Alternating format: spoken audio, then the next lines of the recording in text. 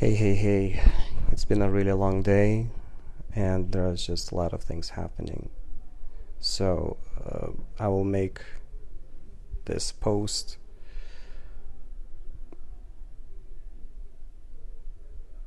Mm, this post has to do a lot with internal pain and understanding that the world is shifting. And as I'm recording this, my hand is actually shaking because I know what forces are doing, and these are the same forces that sacrifice children. These are the same forces that participate in blood rituals. These are the same forces that want to inoculate every human being. And these forces, they go against a very ancestral, the oldest DNA of humankind. According to the same scientists, they're going against these people, creating a disruption of the environment. And because they know that during colonial years, the Maasai people, they protected other tribes. They actually protected other tribes from the colonialists. And they fought. And that's why they were regarded as guards. They are the guards of the land. These are the tribes that were also protected by Magufuli, the president that was inevitably removed and killed into a heart. The fourth president who opposed the cabal. So now, there are perspectives. There are many different perspectives. And I know people around me who, focus on keeping things positive no matter what's happening. I will say optimistic. I'll say optimistic. So the optimistic approach is to surrender and let everything go. So the idea is to relocate Maasai to the desert like they did with many tribes. But let's say we stay positive and we maintain that positivity and say, okay, this is my chance to start from scratch. Even though I've been living there for thousands of years, we'll start from scratch. Okay. This is an opportunity to maybe reinvent myself. All right. New beginnings. Okay. But when it's external event that is forcing you to do it, and when you want to stand for your right, your home is being taken away. Imagine that happens to you, to any one of you. The home is taken away. If you're alone, if you're single and alone, yeah, it's realistically it's easy. But imagine you have families, you have whole clans, you have a whole tribe living there. And the whole tribe has to relocate. So it creates a separation of tribe. And that's how the cabal operates. It creates separation. And they know we have evolved so much that, Maasai have sticks, spear, bows. How can you use that against a rifle? Of course. And Maasai people, they're peaceful warriors. Now they're being provoked. The peaceful warriors are being provoked to fight. They're actually being provoked to stand for their land. And the moment they started doing it, the rifle shots began.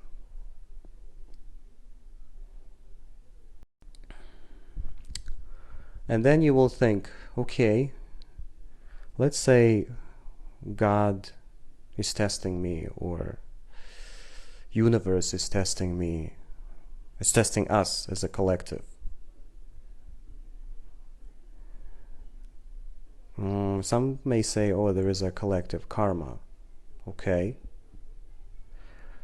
But what about the fact that when people live off land, you have to imagine, people live off land and there is a lot of land there, and the land is being seized. It's a fertile land. It's a land that has lots of resources as well. It's not about just game and hunt. So then the land is being taken away, and you have to start from scratch. And yet you're also being triggered to fight, and then some of your people being killed. So there's a bloodshed on full moon.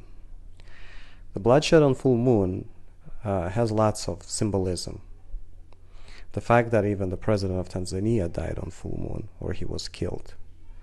So there is a lot of symbolical actions that take place. And what I come towards is the realization that it is important to accept what's happening, which Maasai people are doing. They're leaving. What's the point of fighting, right? So they're leaving, and they don't even talk about. They sent all the possible letters to United Nations, and we all know that they're all in on it, because the game and hunt is just one thing, but it has more deeper meanings than that.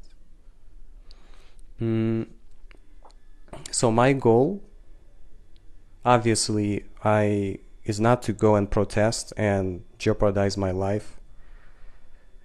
The goal is to create a positive environment wherever I can. Bring water, just do my best to even bring some food. While lots of kids, they live off one mango a day, as I said earlier, or one banana a day, whatever they can get. So provide them with that. And if there was a shift even in this land, I'll just continue doing until I can't. So this is the reality, and I will not even mention what happened to where my place in Ukraine, how it got shelled and what happened there. But all I know is that we're living in a world that is shifting. The world is shifting big time. Before it gets good or better, it has to hit the rock bottom. And we are on our way of hitting rock bottom. When I say rock bottom, it's going to get worse. Before something gets better, it has to hit the absolute downhill, and that's where it's going. I'm just looking because I've been in these internal contemplations, meditations, you call it, and I do see where it's going for the collective. And when a really important land's being touched, such as Ukraine and the Maasai land, there is a lot of things to do. It's not actually the government of Tanzania, it's not even Russians who are causing this, it's actually the global government who are involved. Because everything that is happening happens with their permission, and that's the way they feed off negative energies. So by clashing people, by separating people, they create a negative vortex. So this is this is it. I'm sending you lots of love. Let's maintain realistic positivity. I'll continue here in a moment. Let's maintain a healthy level of realism to understand that it's going downhill. We are not in Alice Wonderland where we're like, okay, I will isolate myself and everything will be okay. Well, during lockdowns, things were not okay, and that was the first awakening. So the awakening is actually happening more. The more negative events take place, the more awakening is happening. So that it's like pendulum. That's how it works. When it swings one way,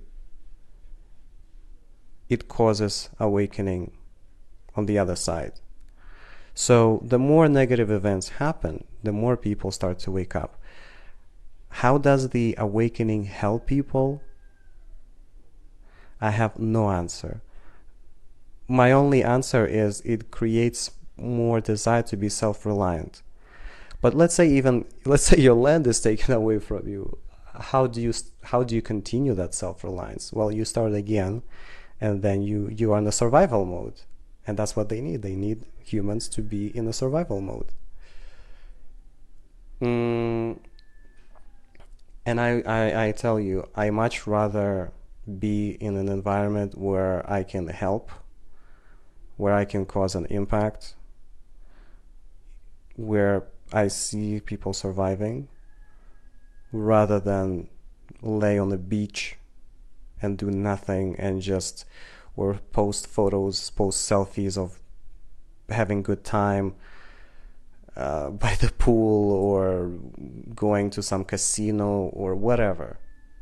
I rather be the person that is bringing good in the worst places that are being impacted.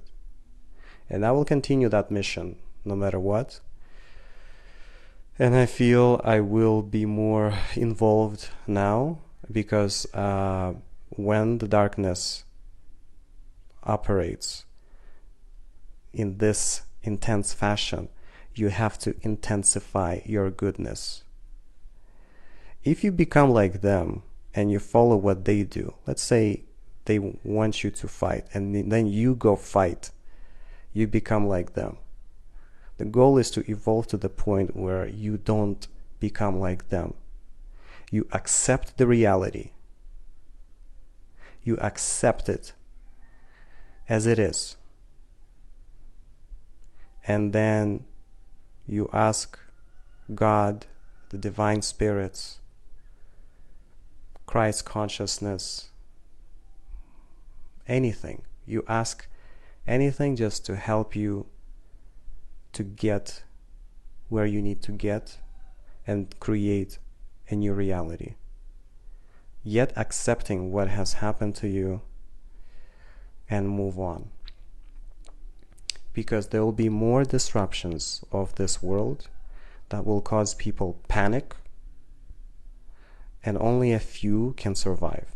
I tell you, in the future, it will be survival of the few. The way I see it's going, only a few will make it. And we have to focus on creating the good no matter what happens, and being unconditional, being really, really unconditional. I'm very happy to see, the teachers and everybody else being very calm. I'm very grateful for such powerful spirit that they have from within,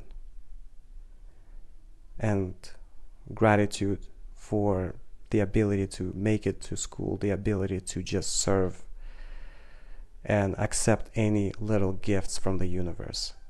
This is beautiful, this is profound, and I just want people to focus on that. And this is how you get your blessings. You get your blessings just by doing that.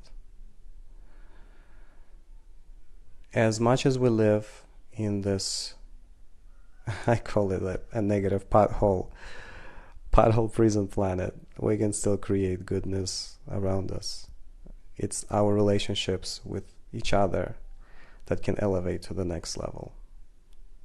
So let's do that and live with unconditional love. Ashe.